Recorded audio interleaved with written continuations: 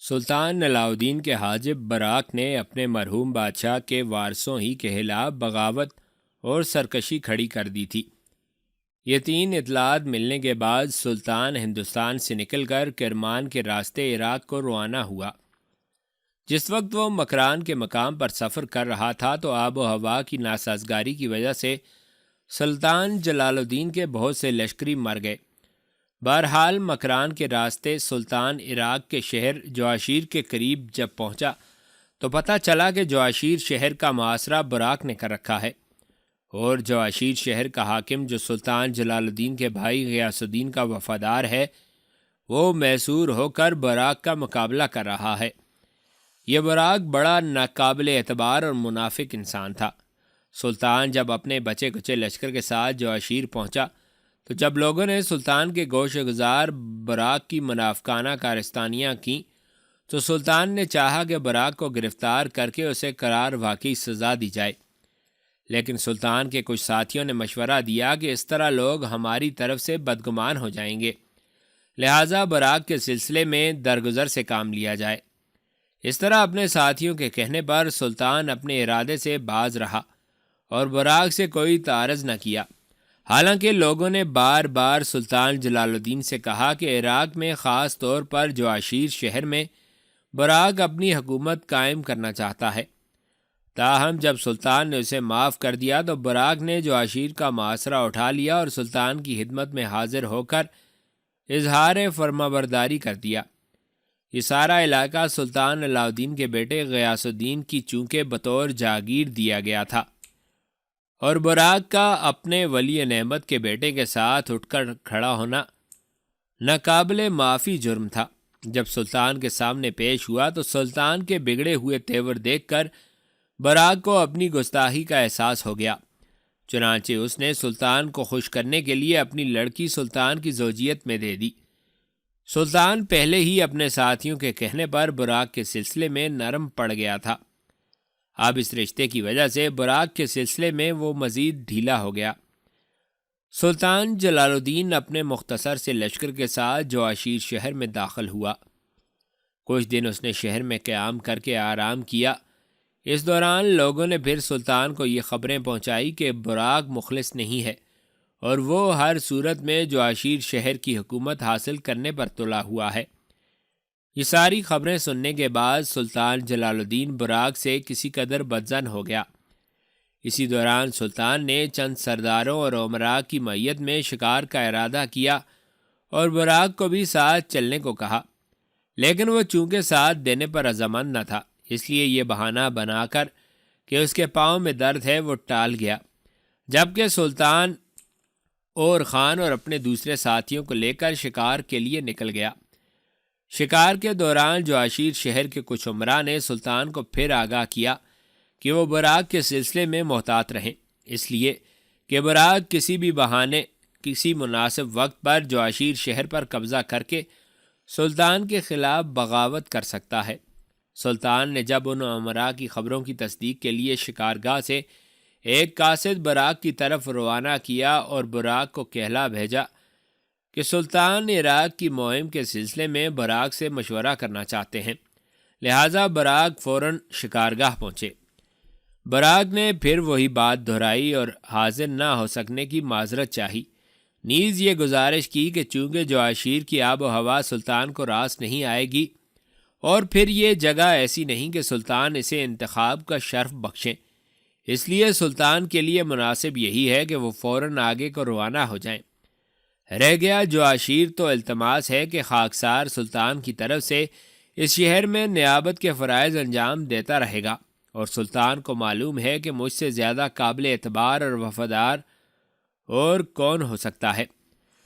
سلطان کا قاصد جب براق کا یہ پیغام لے کر چلا گیا تو جواشیر شہر کے اندر سلطان جلال الدین کا جو مختصر لشکر تھا اسے براق نے حکم دیا کہ وہ فی الفور شہر سے نکل جائے، ورنہ ان کا قتل عام کر دیا جائے گا۔ لہٰذا سلطان جلال الدین اور خان کی غیر موجودگی میں ان کے لشکری شہر سے باہر نکل گئے۔ اس کے بعد براق نے شہر کے دروازے بند کر لیے اور میسور ہو گیا۔ یہ ایک طرح سے سلطان جلال الدین کے خلاف بغاوت اور سرکشی کا اعلان تھا۔ براق کی اس بغاوت اور سرکشی پر سلطان سوائے خاموشی کے اور کچھ نہیں کر سکتا تھا، اس لیے کہ مکران میں ان کے لشکر کا خاصا بڑا حصہ موسم کی سختی کو برداشت نہ کرتے ہوئے مارا گیا تھا۔ اس کے ساتھ مختصر سا ایک لشکر تھا، لہٰذا وہ براق کے خلاف جنگ کی طرح نہیں ڈالنا چاہتا تھا۔ مجبوراً سلطان نے رخت سفر باندھا اور شیراز کو، جہاں ان دنوں سعد بن زنگی کی حکومت تھی، روانہ ہو گیا۔ سلطان اپنے لشکر کے ساتھ جب شیراز شہر کے قریب پہنچا تو شیراز شہر کے حاکم سعد بن زنگی نے اپنے بیٹے ملغور شاہ کو 500 سپاہی دے کر، جن میں عمرائے دربار اور سالاران لشکر بھی شامل تھے، سلطان کی پیشوائی کے لیے روانہ کیا، اور اپنے نہ آنے کا یہ عذر پیش کیا کہ کچھ عرصہ پیشتر اس نے ایک موقع پر قسم کھائی تھی کہ وہ آئندہ کسی کے استقبال کے لیے نہیں جائے گا، وہ مجبور ہے، اور سلطان کے اخلاق کریمانہ سے امید ہے کہ وہ اس معذرت کو قبول کریں گے۔ سلطان شیراز کے حاکم سعد بن زنگی کے بیٹے ملغور شاہ سے بڑی شفقت اور محبت سے پیش آیا اور اسے فرزند خان کا خطاب عطا کیا۔ جب سلطان نے شیراز شہر سے باہر اپنے چھوٹے سے لشکر کے ساتھ پڑاؤ کیا تو شہر کے حاکم سعد بن زنگی نے بیش قیمت تحائف کے علاوہ اس کے لیے رسد کا مناسب انتظام کیا، اور صلح کے ایک معاہدے پر دستخط کرنے کے علاوہ سعد بن زنگی نے اپنی لڑکی سلطان کے حرم میں داخل کر دی۔ شیراز میں چند روز قیام کرنے کے بعد سلطان نے اپنے ساتھیوں کے ساتھ اصفہان کا رخ کیا۔ شہر سے باہر سلطان نے پڑاؤ کیا۔ جس وقت سلطان کے لشکر کے خیمے نصب کیے جا چکے تو سلطان نے اپنے خیمے میں اور خان کو طلب کیا۔ اور خان جب سلطان کے خیمے میں داخل ہوا تو سلطان نے اور خان کو اپنے سامنے بٹھایا۔ پھر سلطان نے اور خان کو مخاطب کر کے کہا، اور خان، میرے بھائی، میرے عزیز، میں آج تمہارے ساتھ ایک انتہائی اہم موضوع پر گفتگو کرنا چاہتا ہوں۔ اور خان نے مسکراتے ہوئے کہا، اگر ایسا معاملہ ہے تو کہیے، کیا میں آپ کو منع کرتا ہوں؟ سلطان جلال الدین مسکراتے ہوئے کہنے لگا، اور خان، میرے بھائی، تجھے اپنے ساتھ یوں اکیلے بھٹکتے ہوئے میں نہیں دیکھ سکتا۔ میں جانتا ہوں کہ تم اور صوبدائی کی لڑکی تیان ایک دوسرے کو پسند کرتے ہو۔ میں نے تمہیں اس لیے بلایا ہے کہ تم ابھی اور اسی وقت میرے ساتھ اصفہان شہر چلو۔ میں تیان سے بات کروں گا۔ میں چاہتا ہوں کہ آج ہی شام سے پہلے تمہاری اور تیان کی شادی کا اہتمام کروں۔ سلطان کے اس انکشاف پر اور خان عجیب سے انداز سے سلطان کی طرف دیکھنے لگا تھا۔ سلطان مسکراتے ہوئے پوچھنے لگا، اور خان، کیا ایسا کرنے پر تمہیں کوئی اعتراض ہے؟ اور خان نے مسکراتے ہوئے کہا، سلطان محترم، مجھے کوئی اعتراض نہیں۔ سلطان جلال الدین اٹھ کھڑا ہوا اور کہنے لگا، اگر ایسا ہے تو چلو میرے ساتھ، میں اس معاملے کو فی الفور نپٹا دینا چاہتا ہوں۔ اور خان چپ چاپ اٹھ کھڑا ہوا اور وہ دونوں خیمے سے باہر آ کر اپنے گھوڑوں پر سوار ہوئے۔ پھر وہ گھوڑوں کو سر پر دوڑاتے ہوئے اصفہان شہر میں داخل ہو گئے تھے۔ نظام الدین کے مکان کے سامنے اور خان نے اپنے گھوڑے کو روکا۔ سلطان بھی اپنے گھوڑے سے اتر گئے تھے اور خان نے آگے بڑھ کر دروازے پر دستک دی۔ تھوڑی دیر تک دونوں انتظار کرتے رہے۔ جب اس دستک کے جواب میں کسی نے دروازہ نہ کھولا تو اور خان پھر آگے بڑھا اور دروازے پر دوبارہ دستک دی۔ اس دفعہ اور خان نے 3-4 بار دروازے پر دستک دی، لیکن پھر بھی کسی نے دروازہ نہ کھولا۔ اور خان کو فکرمندی ہوئی۔ اور خان کو فکرمندی سے اپنی طرف دیکھتے ہوئے سلطان نے کسی قدر پریشانی سے اور خان کی طرف دیکھتے ہوئے پوچھا، میرے بھائی، کہیں ایسا تو نہیں کہ نظام الدین اور تیان کہیں اور چلے گئے ہوں؟ کیا اس مکان کے علاوہ نظام الدین کا کہیں اور بھی ٹھکانہ ہے؟ اس پر اور خان بولا، سلطان محترم، نظام الدین کا اصل گھر تو مرو شہر میں تھا، جو منگولوں کے ہاتھوں برباد ہو گیا۔ یہ مکان جس کے دروازے پر دستک دے رہے ہیں، یہ اسے اصفہان کے کسی رئیس نے اس کی دینی خدمات کے صلے میں دیا تھا اور یہیں اس نے قیام کر رکھا تھا۔ میرے خیال میں اس کے علاوہ اس کا کہیں اور ٹھکانہ نہیں۔ اور خان مزید کچھ کہہ نہ پایا، اس لیے کہ ساتھ والے مکان کا دروازہ کھلا اور ایک بوڑھا جس کی داڑھی اور سر کے بال چاندی ہو رہے تھے نکلا۔ آہستہ آہستہ سلطان جلال الدین اور خان کے پاس آیا۔ تھوڑی دیر تک بڑے غور سے وہ اور خان کو دیکھتا رہا، پھر وہ مدھم سی آواز میں شفقت آمیز لہجے میں کہنے لگا، بیٹے، اگر میں غلطی پر نہیں تو تمہارا نام اور خان ہے، اس لیے کہ تم ایک بار اس مکان میں آ چکے ہو۔ اس کے علاوہ نظام الدین اور تیان تمہیں بڑا یاد کیا کرتے تھے اور تمہاری سلامتی اور تمہاری واپسی سے متعلق فکر مند تھے۔ قبل اس کے کہ اور خان اس بوڑھے سے کچھ پوچھتا، سلطان جلال الدین پہلے ہی بول پڑا اور اس بوڑھے کو مخاطب کر کے پوچھنے لگا، میرے بزرگ، کیا آپ بتا سکتے ہیں کہ نظام الدین اور تیان کہاں چلے گئے ہیں؟ اس پر بوڑھے کی گردن جھک گئی۔ اس نے باری باری سلطان جلال الدین اور خان کی طرف بڑے دکھ سے دیکھا۔ اور خان بہت فکر مند ہو رہا تھا۔ اس نے پوچھا، آپ خاموش کیوں ہیں؟ ان کے ساتھ کیا کوئی حادثہ پیش آ گیا ہے؟ اس پر وہ بوڑھا کہنے لگا، اور خان، تمہارا اندازہ درست ہے۔ نظام الدین ایک انتہائی نیک، ایک انتہائی اچھا اور بااخلاق انسان تھا۔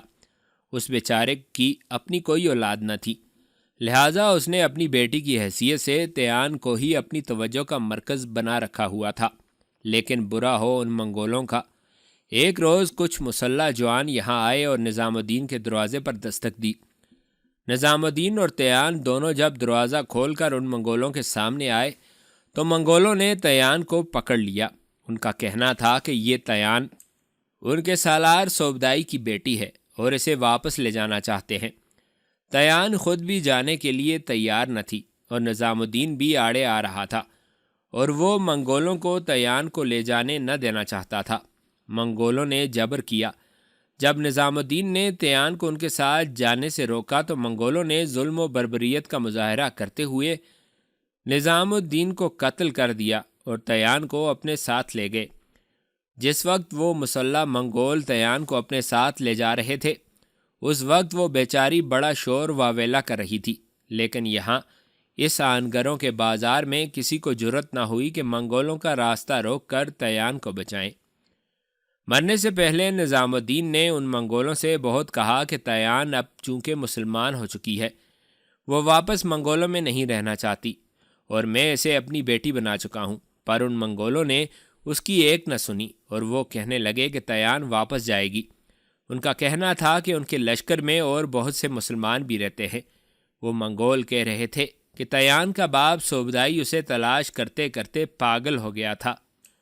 وہ واپس نہیں جانا چاہتا تھا، لیکن چنگیز خان کے کہنے پر وہ مجبوراً اپنے مرکزی شہر کراکرم کی طرف چلا گیا۔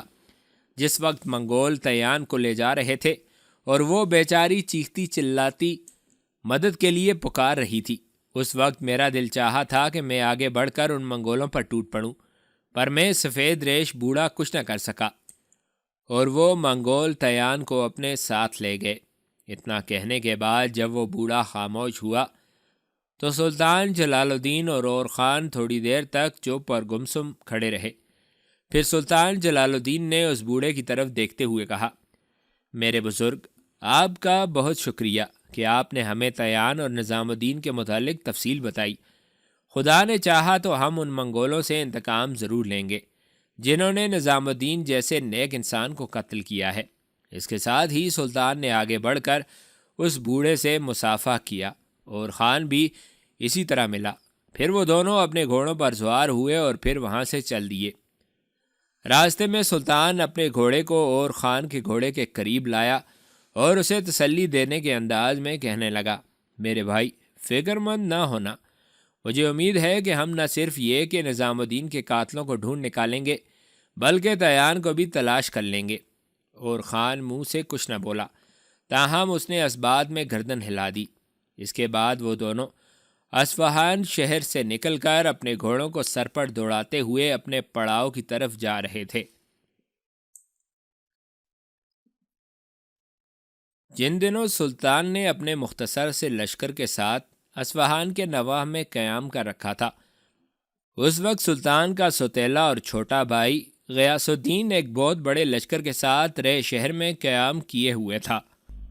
ہرچند دونوں بھائیوں کے تعلقات بہت اچھے نہ تھے، لیکن اس کے باوجود سلطان جلال الدین نے اپنے بھائی غیاث الدین سے رابطہ قائم کیا اور اس سے درخواست کی کہ وہ منگولوں کے خلاف حرکت میں آنے کے لیے اس کا ساتھ دے۔ سلطان جلال الدین نے غیاث الدین کو یہ بھی کہلا بھیجا کہ یہ وقت ماضی کے اختلافات کھڑے کرنے کا نہیں، سارے اختلافات کو بھول کر ہمیں منگولوں کے خلاف ایک ہو جانا چاہیے۔ دوسری طرف جب سلطان جلال الدین کے بھائی غیاث الدین کو علم ہوا کہ اس کے بھائی جلال الدین نے اپنے چھوٹے سے ایک لشکر کے ساتھ اصفہان شہر سے باہر قیام کر رکھا ہے، تو اس نے اپنے 30,000 کے لشکر کو رے شہر سے کوچ کرنے کا حکم دیا اور بڑی تیزی سے وہ اصفہان شہر کی طرف بڑھا تاکہ سلطان جلال الدین پر حملہ آور ہو کر اسے وہاں سے مار بھگائے۔ اصل میں غیاث الدین چاہتا تھا کہ ان سرزمینوں میں دوبارہ جلال الدین کے قدم نہ جمنے پائیں۔ سلطان نے بڑی کوشش کی کہ قاصدوں کے ذریعے اپنے بھائی کو سمجھائے کہ حالات کے تقاضے کو سمجھے اور منگولوں کے خلاف مہم میں اس کا دست و بازو ثابت ہو، لیکن سوئے فہم سے غیاث الدین منگولوں سے زیادہ اپنے بھائی سلطان جلال الدین کا بدخواہ ثابت ہو رہا تھا۔ ادھر سلطان جلال الدین اپنے بھائی غیاث الدین کے ساتھ گفت و شنید میں مصروف تھا اور ادھر غیاث الدین کے لشکر کے کچھ سرداروں نے خفیہ سلطان جلال الدین کے ساتھ رابطہ قائم کر لیا اور سلطان جلال الدین کو یقین دلایا کہ غیاث الدین کی زیر کمان کام کرنے والا لشکر غیاث الدین کی کمانداری اور اس کے سلوک سے بالکل غیر مطمئن ہے، اور یہ لوگ بڑی بے چینی سے آپ کا انتظار کر رہے ہیں تاکہ آپ کمانداری اپنے ہاتھ میں لیں اور منگولوں کے خلاف حرکت میں آئیں۔ ان سرداروں نے سلطان جلال الدین کو یہ بھی کہلا بھیجا کہ سلطان غیاث الدین کے لشکر کی تعداد سے ہرگز مرعوب نہ ہوں، اس لیے کہ یہ تمام لشکر اس کے تحقیر آمیز سلوک سے نالاں ہے اور آپ کی طرف سے ایک اشارے کا منتظر ہے، اس لیے آپ کو چاہیے کہ بلا کسی توقف کے حملہ آور ہو جائیں۔ لیکن اس کے باوجود سلطان نے حملہ آور ہونے میں پہل نہ کی۔ سلطان کا بھائی غیاث الدین جب اپنے 30,000 کے لشکر کو لے کر اصفہان پہنچا اور سلطان پر حملہ آور ہوا تو اس کو اس موقع پر سلطان جلال الدین کے پاس صرف 3,000 کا لشکر نظر آیا، لیکن 3,000 کے لشکر کو لے کر بھی سلطان جلال الدین 30,000 کے لشکر کے سامنے ڈٹ گیا۔ اصفہان شہر کے باہر غیاث الدین کے 30,000 اور جلال الدین کے 3,000 دونوں کے درمیان ہولناک جنگ ہوئی، اور اس جنگ میں جلال الدین نے اپنے بھائی غیاث الدین کو بدترین شکست دی۔ حالت یہ تھی کہ غیاث الدین اپنے لشکر کو تقدیر کے حوالے کرنے کے بعد سلوکان نام کے قلعے کی طرف اپنی جان بچا کر بھاگ گیا تھا۔ اس شاندار فتح کے بعد سلطان جلال الدین جب اپنے مہربان بھائی غیاث الدین کے خیمے میں داخل ہوا تو اس نے غیاث الدین کی سگی اور اپنی ستیلی والدہ کو وہاں پایا، جسے غیاث الدین گھبراہٹ میں وہاں چھوڑ گیا تھا۔ سلطان اپنی ستیلی والدہ سے نہایت احترام کے ساتھ پیش آیا، بھائی کی نامہربانی اور ناعاقبت اندیشی کی شکایت کی۔ اس پر ستیلی ماں نے اپنے بیٹے غیاث الدین کو بھی برا بھلا کہا، تاہم سلطان نے اپنی ستیلی ماں کو بحفاظت سلوکان قلعے کی طرف بھجوا دیا تھا جہاں غیاث الدین نے پناہ لے رکھی تھی۔ اس شاندار فتح کا نہایت خوشگوار اثر پڑا۔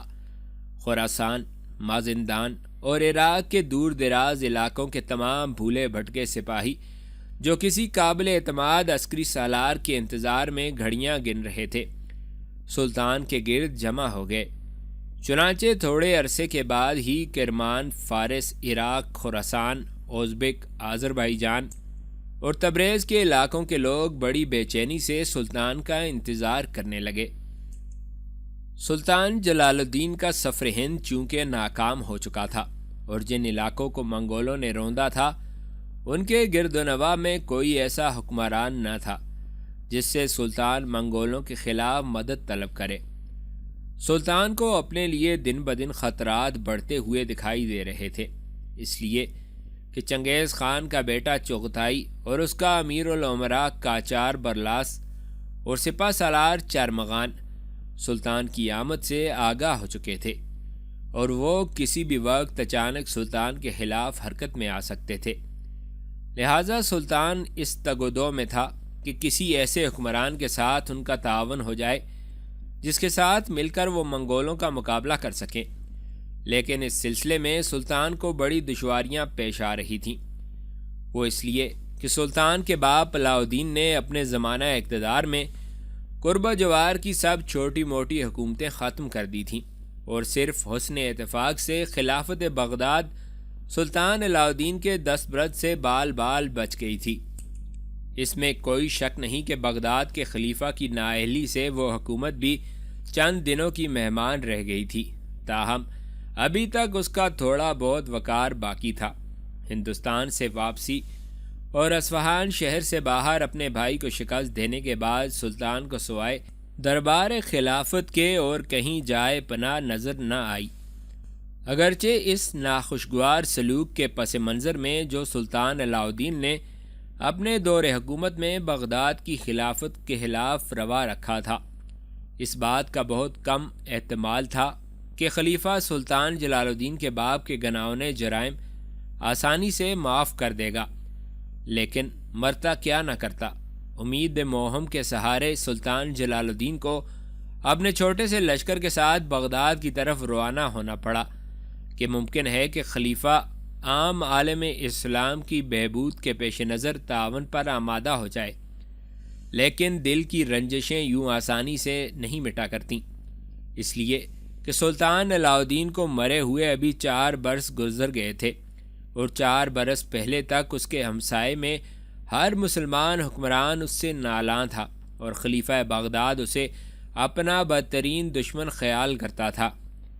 گو 4 سال کے اس مختصر عرصے میں سلطان علاء الدین کی عظیم الشان سلطنت کا نام و نشان مٹ گیا تھا، جو شمال میں منگولوں کی حدود سے شروع ہو کر جنوب میں دریائے سندھ تک پھیلی ہوئی تھی، اور ان جنگوں میں کم و بیش 70-80 لاکھ مسلمان تلوار کے گھاٹ اتر چکے تھے۔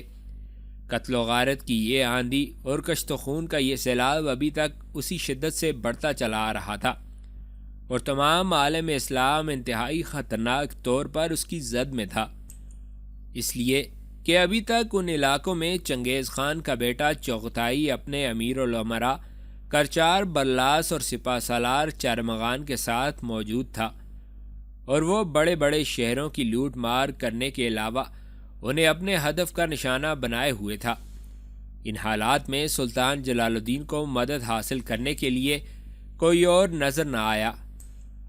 تاہم جلال الدین کی خوش قسمتی، جس وقت اس نے خلیفہ بغداد سے مدد حاصل کرنے کے لیے جنوب کی طرف پیش قدمی کی تو ادھر ادھر بھولے بھٹکے سپاہی بڑی تیزی سے اس کے لشکر میں شامل ہونا شروع ہو گئے تھے، اور اس کے لشکر کی تعداد بڑی تیزی سے بڑھنا شروع ہو گئی تھی۔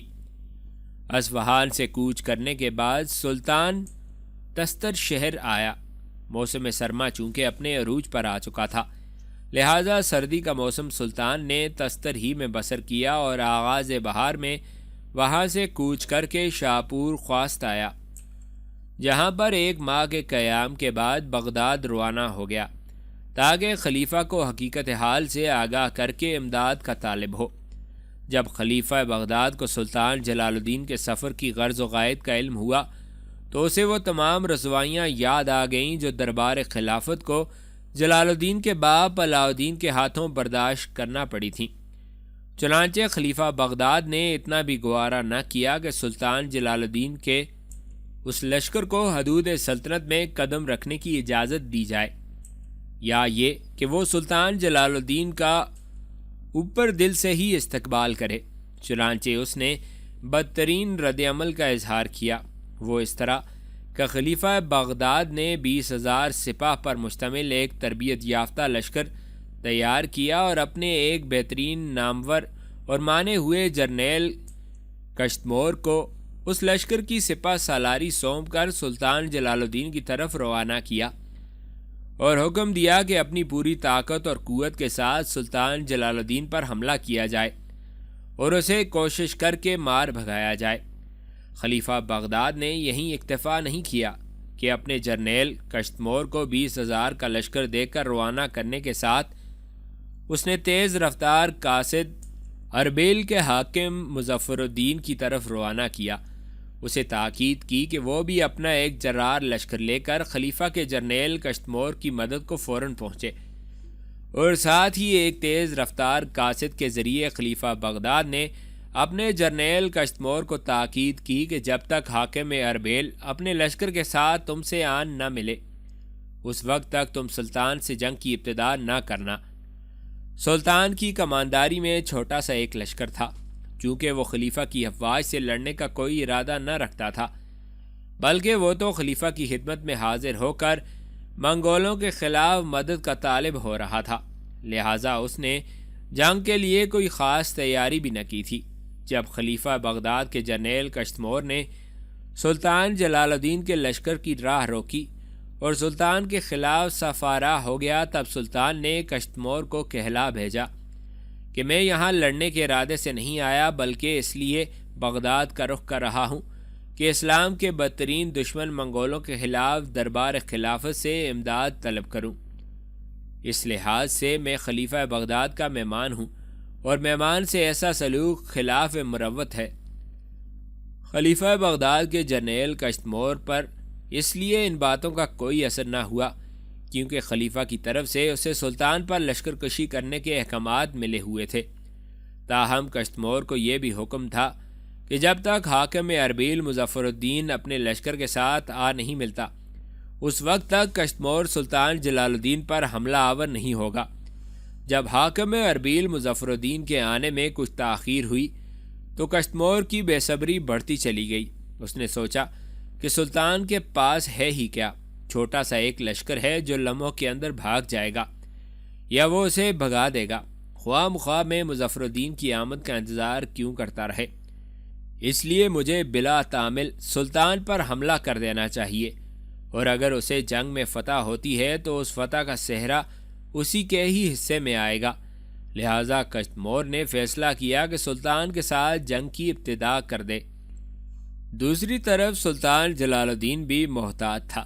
اس نے جب دیکھا لڑے بغیر کوئی چارہ نہیں تو ابتدا سے ایک روز پہلے اور خان کو اپنے خیمے میں بلایا، اور خان جب خیمے میں آیا تو سلطان نے اور خان کو اپنے سامنے بٹھایا اور بڑی آہستگی میں اور خان کو مخاطب کر کے پوچھا، اور خان، خلیفہ بغداد کی طرف سے جو سلوک ہمارے ساتھ کیا جا رہا ہے تم دیکھ رہے ہو، تمہارا کیا اندازہ ہے کہ اس سلسلے میں ہمیں کیا کرنا چاہیے؟